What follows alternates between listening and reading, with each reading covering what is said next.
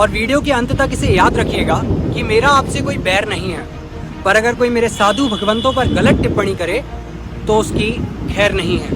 क्या कहा था आपने? जो जैनियों के गुरु हैं वो निवस्त्र क्यों रहते हैं? निर्वस्त्र नहीं रहना चाहिए, हमारी जो परंपरा है। अब वो क्यों रहते हैं, उन्हीं से सवाल करना चाहिए। तो आइए इसी बात पर आपका परिचय कराते हैं सनातन धर्म से।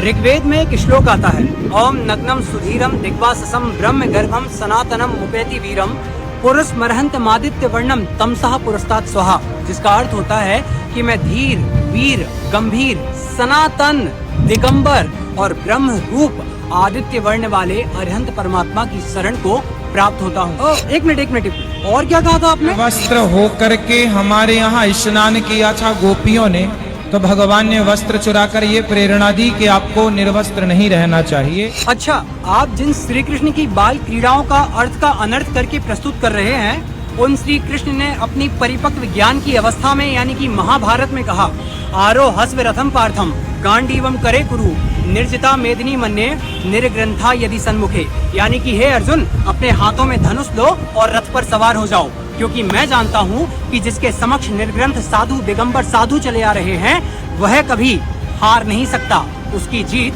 निश्चित है। मुझे नहीं पता कि एक कथावाचक होने के नाते आपके अंदर इतना ज्ञान क्यों नहीं है, क्योंकि यजुर्वेद में आता है, ओम नमो अरहंतो ऋषभो, यानी कि मैं अरहंत नाम वाले ऋषभ देव को प्रणाम करता हूँ। आप 2 मिनटों के लिए अपने कपड़ों को उतार दीजिए तो आपके अंदर वासनाओं के भाव आ जाते हैं, पर एक दिगंबर साधु जिसने अपनी वसनों का सदैव के लिए त्याग कर दिया है, समस्त परिग्रह का जीवन काल के लिए त्याग कर दिया है, उनके साथ आप 2 साल भी बैठ जाएंगे ना तो आपके अंदर कोई विकार भाव नहीं आएगा। यह ताकत होती है एक निर्ग्रंथ दिगंबर अवस्था की। इसलिए तो आपके ही कुल के एक बड़े भाई ने कहा है, जैन धर्म के मुनियों की तपस्या पूरे विश्व के लिए शोध का विषय बनी। आपके दक्षिणामूर्ति सहस्त्रनाम ग्रंथ में लिखा हुआ है, शिववाच जैन मार्ग रतो जैनो जित क्रोधो जितामया, यानी कि जैन मार्ग में रति करने वाले जैनी क्रोध को और रोग को जीतने वाले होते हैं, और यह कहने वाले स्वयं शिव जी हैं। तो मुझे ऐसा लगता है कि चलो ठीक है, आपको हमारे शास्त्रों का ज्ञान नहीं होगा, पर अपने शास्त्रों का तो ज्ञान होना चाहिए ना आदरणीय। जिन महातपस्वी निर्ग्रंथ दिगंबर साधुओं की चर्या पर आपने एक प्रश्न चिन्ह खड़ा कर दिया, उनकी साधना का 1 घंटा आपकी जिंदगी भर की साधना, तपस्या और त्याग पर हावी है। क्या आपको पता है, जब कभी हम मुनि भगवंतों के कक्ष में जाते हैं तो निस्सही बोलते हैं और आते हैं तो असही बोलते हैं। उसका उद्देश्य होता है कि आपके चरणों में कई रिद्धियां, सिद्धियां और देवतागण बैठे हुए होते हैं, कहीं उनको हमारे कारण कष्ट ना हो जाए, क्योंकि वे तो अदृश्य हैं, इसलिए हम उनसे हटने के लिए प्रार्थना कर रहे हैं।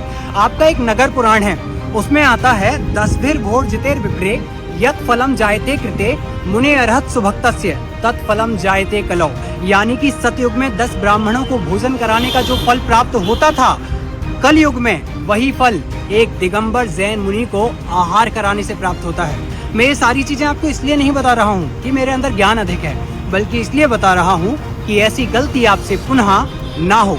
भागवत के 5वें स्कंद के अध्याय 2 से 6 तक भगवान ऋषभ देव का स्तुति परक वर्णन है, पर आपको यह नहीं पता होगा। उसका कारण है, कथा वाचन अगर धर्म ही रहे तो बहुत अच्छा है, परंतु धंधे के मार्ग में अगर थोड़ा सा भी खिसक गया तो हम मूल को छोड़ करके यहाँ वहाँ उलझ जाते हैं। आदरणीय अनिरुद्धाचार्य जी, मेरा उद्देश्य आपको आहत करना या फिर आपका उपहास उड़ाना नहीं है। बहुत सारी वीडियो क्लिप्स थी जो मैं देख रहा था, जिनको यहाँ पर अगर मैं ऐड कर दूंगा तो आपका मजाक भी बनेगा और बहुत सारी चीजें विपरीत भी जाएंगी, पर मेरा उद्देश्य तो सिर्फ इतना सा है कि जब एक पिता को कुछ कहा जाता है तो उसका पुत्र शांत नहीं रह सकता, और यदि वह शांत रहता है तो वह कायर है। तो फिर तो आपने मेरे माता पिता से बढ़ करके मेरे धर्म के लिए कुछ कहा है, और मैं अपने राष्ट्र और अपने धर्म से आगे किसी को नहीं मानता। तो बस इतना सा निवेदन है आपसे कि हमारे मुनि भगवंतों के विषय में जो टिप्पणी आपने की है, उसके बदले में आप वैसे ही खुली मंच से लाखों भक्तों के बीच में क्षमा मांगे, क्योंकि त्रुटि हुई है तो क्षमा मांगना चाहिए।